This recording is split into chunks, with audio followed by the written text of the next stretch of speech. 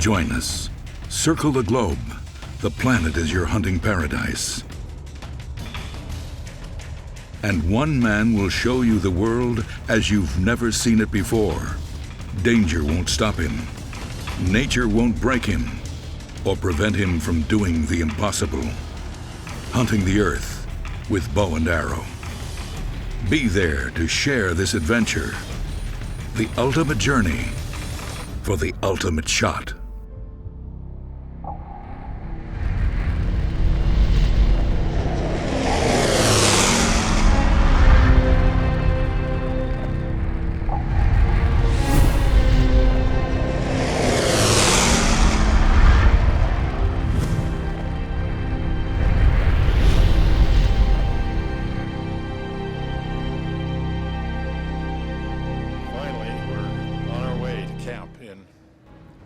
Luangwa River, right next to a national park and a conservation area. We'll be across the river from the park. Should be a very exciting week here in Zambia. We had some glitches yesterday, clearing customs and getting our stuff in. They wanted serial numbers on my bows. I've got 3 bows, and 2 of them have no serial numbers. One has park numbers, and so we had a real hodgepodge of problems. But we got the paperwork this morning, and we're off. And we have 7 or 8 days hunting here in Zambia. So stay tuned. We'll be back here in a minute at the ultimate shot.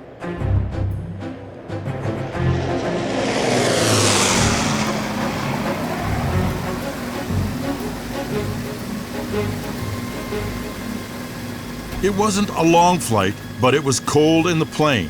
We almost died. And after an hour in 8 to 10 degrees, we were really looking forward to the hot atmosphere of the African bush. We were met by a large group of kids from the nearby village who had heard about the rare attraction and had occupied the approaches to the landing runway. There was another welcoming party too, made up of some wonderful people with whom I had had a fantastic safari several years ago. I hope the coming safari would also bring me good things to remember, as well as a number of exceptional hunting trophies. Our host, PJ Fouché, knew I wanted to take a crocodile of a record size. He told me the bitter truth that although the Luangwa River has some of the biggest crocodile individuals in Africa, the registered records are impossible to beat because they were made with specimens artificially raised on farms, then shot in fabricated rivers and little swamps in South Africa, where they were left for the naive hunters.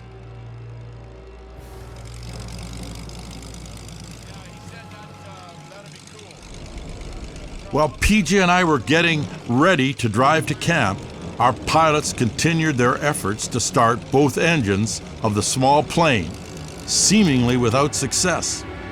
We could not leave without making sure they would be all right, as this place was in the middle of nowhere.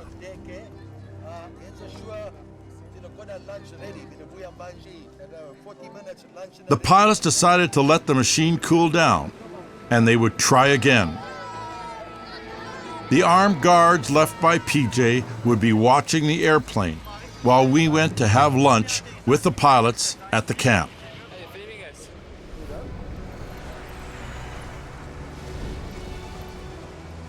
It was the second time I had traveled toward the banks of the Luangwa River. This was the physical boundary of the famous reserve. They welcomed me at camp as if we had parted just the week before.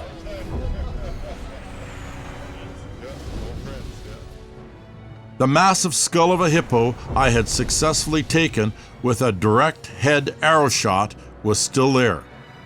My first job was to unpack and check my bows, which lay unpretentiously and invisibly in my standard-looking bags.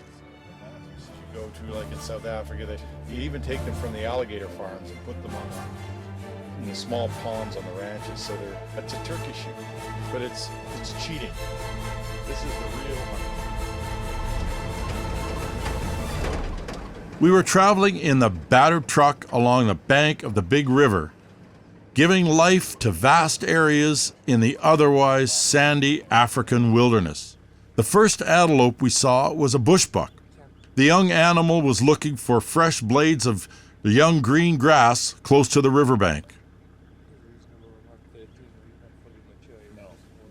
Groups of guinea fowl, 10 to 15 strong, constantly emerged on the dusty road in front of us, and they ran away, loudly whistling and shrieking. A puku. This was one of the antelope species which had brought me here, but the wind was not favorable for a stalk. The animals quickly sensed our presence and were prudently starting to move away from us. Yeah, it is.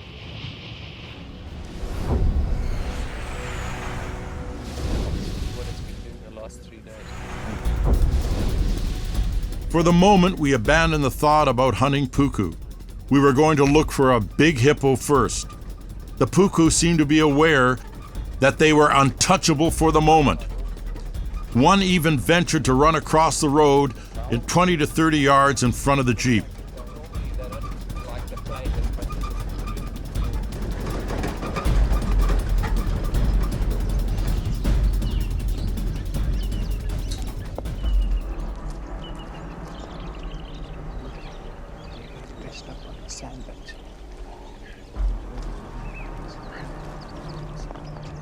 Before they go in the water.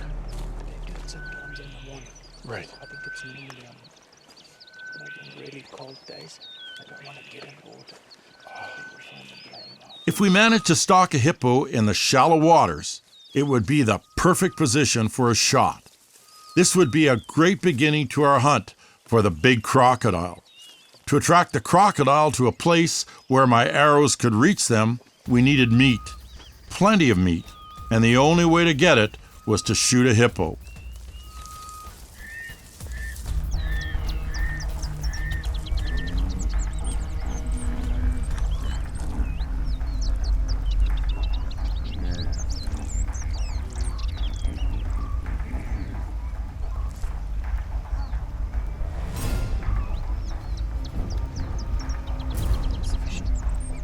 A fishing owl.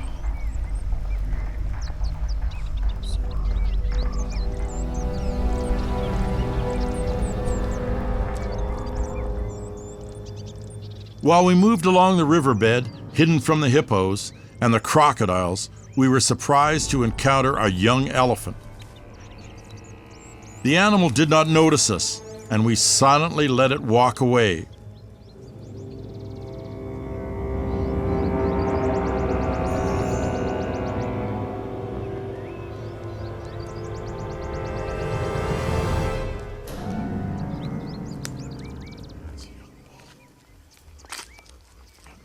The young elephant was not a threat to us, but there were also mothers with their young in this area, and an encounter with them would be an extremely unpleasant one for us. We continued along the path very cautiously. Andre, our professional hunter, knew the river well and was leading us toward the places potentially good for shooting. Only fortune, however, would put a big old animal there for us.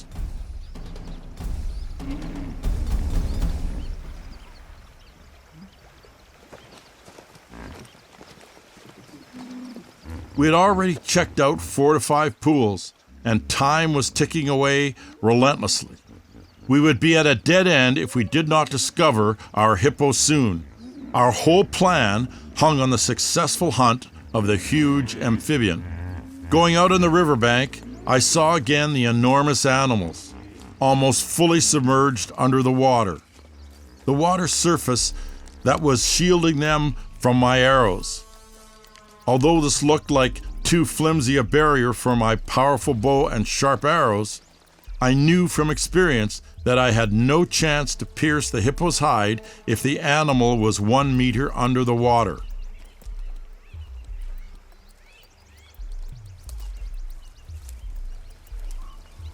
Fortunately, however, this time the animal, seemingly fully submerged in the water, raised itself from the shallows where it had been lying.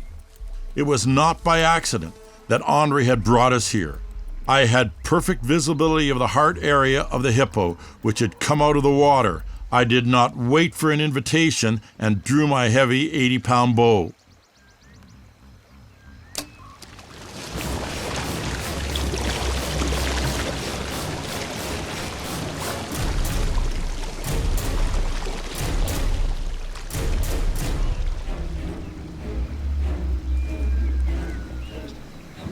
Deadly struck by the heavy, double-bladed arrow, the hippo rushed towards the deep pool.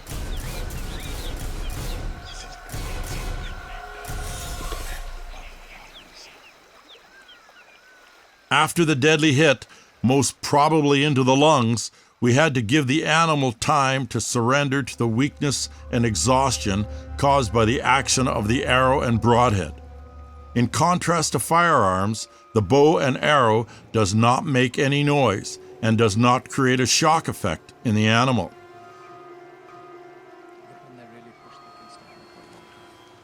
After the quick stab, the animal hardly knows what has happened to it. Together with the other members of the herd, it quickly calms down after the shot if the hunter does not reveal his presence. 1.5 hours from now, if he hasn't floated, very sure we've missed him. Right? Yeah. Oh, do you see the crocodile coming towards the Yeah, right here. And then there's one way back. There's two there, is there? Yeah, there's two further back. They all seem to be drifting this way slowly.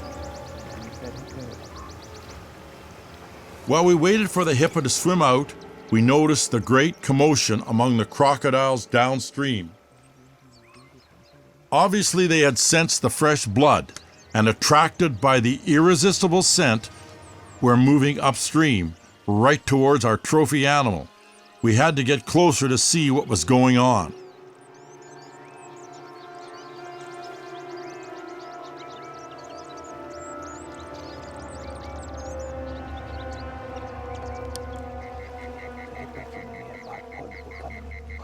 The bulls, they don't tolerate other hippo on their turf.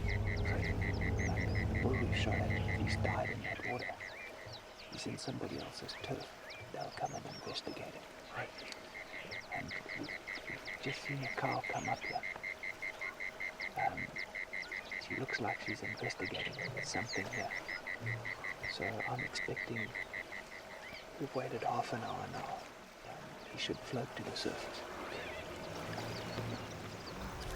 We left the hippo for a while and set off for a place a little upstream where Andre had put some feed the week before.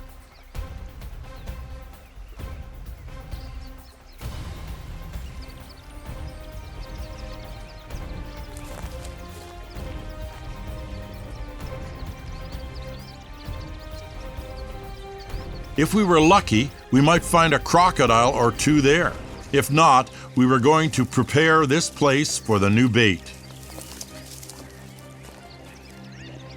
Tree with the leaves. Right. Go straight up behind there. Okay. My thoughts would be to draw behind the leaves. Yes. Let's go. As we approached the place, we slowed our steps and checked from a distance the sandy island where Andre had left the bait. He cautiously moved to the bank's edge and saw several crocodile on the spot. Now we had to sneak to them undetected.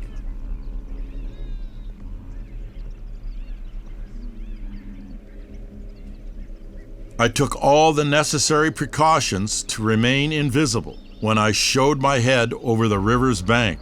With my camouflage 3D mask, I had remained invisible many times. This time, however, the good camouflage would not be enough. The strong sense of scent of the crocodiles had warned them of our presence. Although there was not a whiff of air to be felt, the current made by the natural cooling effect of the water on the air must have brought our smell to the sensitive sensors of the river predator, and all the crocodiles had moved away from the sand drift into the safety zone under cover of the murky water in the deep.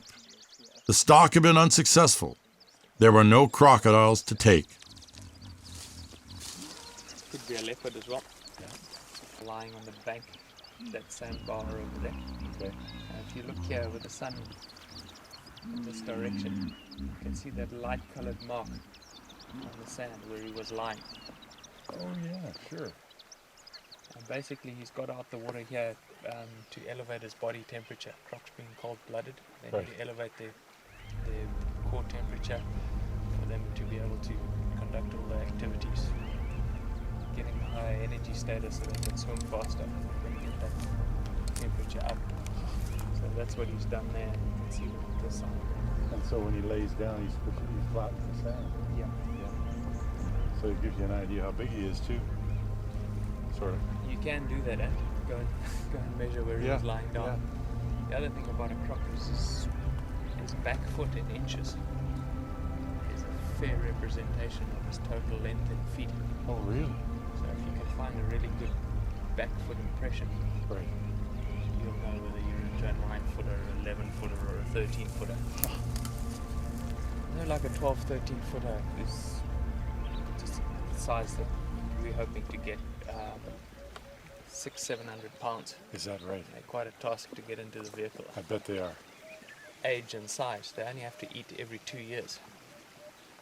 So their weight fluctuates wildly depending on their body condition. Right. And they can lose a huge amount of body fat Is that right? and be quite a lot lighter, and then also be really well fed and be Right. quite a lot heavier.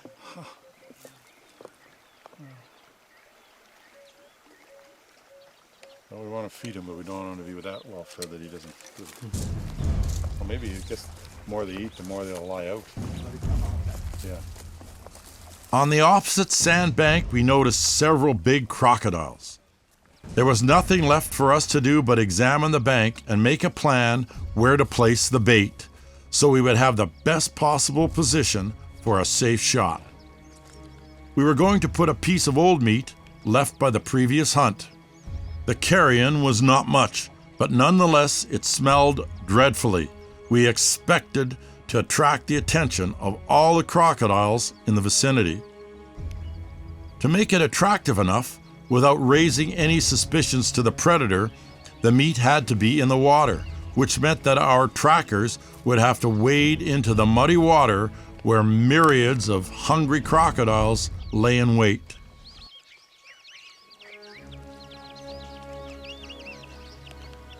Get up that bank without weight. Big steps. Going down is the easy part.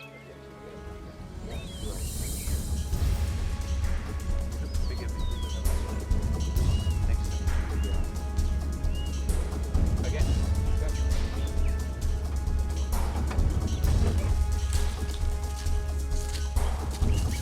We were going back to the place where we had left the wounded hippo the previous day. I was only worried about the possibility that the crocs had already torn and eaten it during the night. I counted only on the presence of the other hippos, which would not remain indifferent if the crocs took too much liberty. Approaching the sloping bank, I was ready for a shot at a hippo or a big crocodile if we saw one.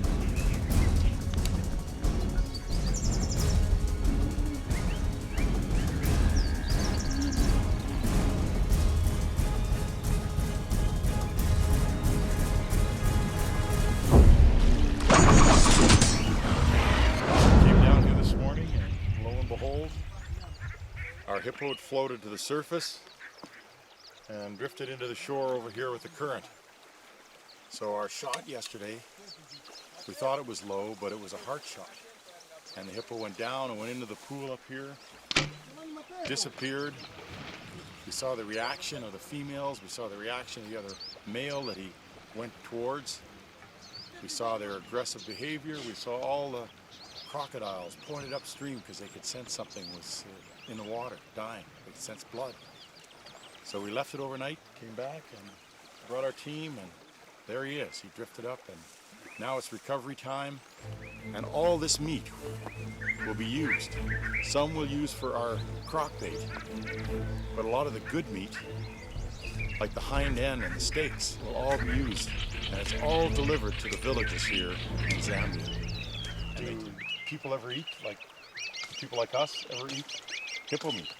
Yeah, surprisingly, it's actually very nice tasting. It's a little on the tough side, Yeah. being such a large animal. Sinews and stuff are fairly large.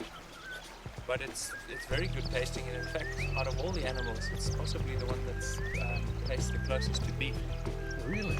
Amazingly, and it makes very good biltong, which Oh, right, which is so great, yeah. over in the States we call it jerky. Right. We call it biltong here in Africa.